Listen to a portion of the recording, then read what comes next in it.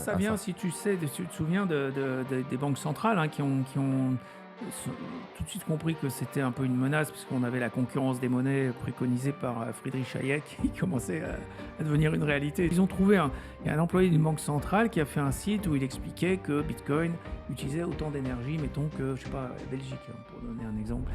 Ce qui est faux. Une fake news, il faut 10 fois plus d'énergie pour expliquer que c'est une fake news que C'est ça. énoncer la fake news, ça coûte rien. Donc pourquoi c'est faux et c'est une fake news de dire que Bitcoin utilise autant d'énergie que la Belgique? C'est que Bitcoin utilise 0% de l'énergie qui est utilisée en Belgique.